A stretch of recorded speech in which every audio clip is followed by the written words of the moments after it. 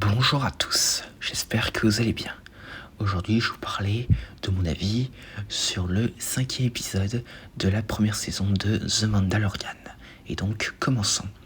Donc, le Mandalorien abat un chasseur de primes qui le poursuit dans un combat aérien.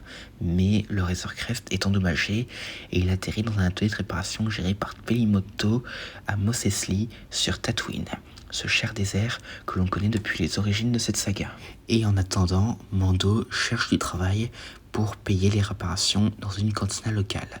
Et c'est là qu'il rencontre un jeune chasseur de primes, le dénommé Taureau par les cornes. Ah non, c'est pas ça. Taureau Calican. Oui, il me devait de faire cette blague-là. Mais bon, donc, Taureau Calican, qui est un jeune chasseur de primes qui cherche à rejoindre la guilde des chasseurs de primes en capturant Fennec Shen, une mercenaire bien entraînée ayant travaillé pour de nombreux syndicats du crime. Et malgré sa réticence, Mando accepte de l'aider avec la prime, tandis que Calican s'attribuera le mérite de la capture.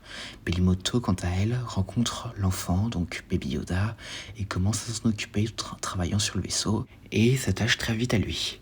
Donc pendant ce temps, le Mandalorien et Calican voyagent à travers la mer des dunes sur des motojets à la recherche de Fennec Shen, et là ils rencontrent des pillards Tusken, avec qui le Mandalorien obtient des informations en échangeant les jumelles de Calican, qui étaient flambant neufs d'ailleurs, mais bon. Et donc ils finissent par tomber sur un dewback auquel est attaché un chasseur de primes mort, qui s'avère être un appât préparé par Fennec pour attirer tous ceux qui la recherchent. Les deux parviennent à éviter ses attaques et à la capturer, mais elle parvient à détruire l'un de leurs speeders dans le combat. Et alors que le Mandalorien va chercher le dewback pour remplacer le speeder que Fennec a détruit, Calican surveille Fennec et elle lui dit que le Mandalorien est un traître envers la guilde des chasseurs de primes et que les primes sur ce dernier et l'enfant valent bien plus que celles de Fennec. Calican ne se soucie pas de la prime, mais Fennec souligne que éliminer le Mandalorien ferait de lui une légende. Elle propose d'aider Calican à capturer le Mandalorien s'il la libère. Mais Calican, en supposant qu'elle finirait par le trahir, lui tire dessus et la laisse pour morte. Et plus tard, le Mandalorien arrive, trouvant le corps de Fennec qui, pour info, n'est pas morte.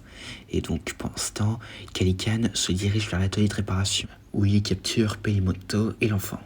Mais heureusement, Mando arrive, utilisant une grenade flash pour l'étourdir et l'abat. Pour entrer dans la guilde, c'est un peu raté.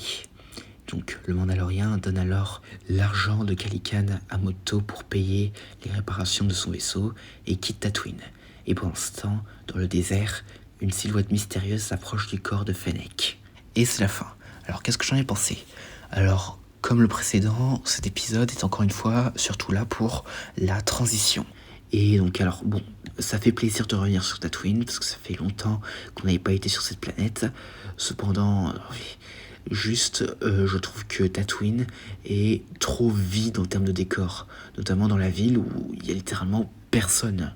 Et aussi, alors, le fait d'aller dans la cantina de Mos Eisley, donc là où étaient Obi-Wan et Luke dans Un Nouvel Espoir, et de se souvenir que les droïdes étaient interdits et que dans cet épisode, maintenant, ce sont des droïdes qui servent, alors là, c'est assez ironique. Et donc, alors, pour le personnage de Calican, alors, en vrai, il m'a assez surpris, parce que je m'attendais vraiment qu'il allait trahir Mando pour rejoindre Fennec, mais là, non, il préfère abattre Fennec et aller s'occuper de Mando tout seul. Là, franchement, assez surpris, Calican. Même si, bon, Mando lui a réglé son compte. Et aussi, alors bon, au début, par contre, Calican, on aurait vraiment dit qu'il essayait de se la jouer à la Han Solo, mais cela est bien inférieur avec ce que pouvait faire notre contrebandier préféré. Et aussi, par contre, c'est la première fois que l'enfant, donc Baby Yoda, est autant mis de côté. Parce que là, là où il prenait assez de place dans les précédents, et ben là, il en a une toute petite. Et pour finir, alors bon, vu que cette saison est sortie il y a presque 5 ans, vous savez en principe déjà avec la saison 2 qui est la personne qui a retrouvé le corps de Fennec Shen à la fin de l'épisode. Mais vous savez quoi, on va faire du suspense et on va dire on sait pas c'est qui pour l'instant. Mais seul indice qu'on a, c'est que c'est un personnage qu'on n'a pas beaucoup vu dans cette saga et qui, grâce à cette série, a eu le droit à la sienne. Voilà, c'est tout. Enfin voilà.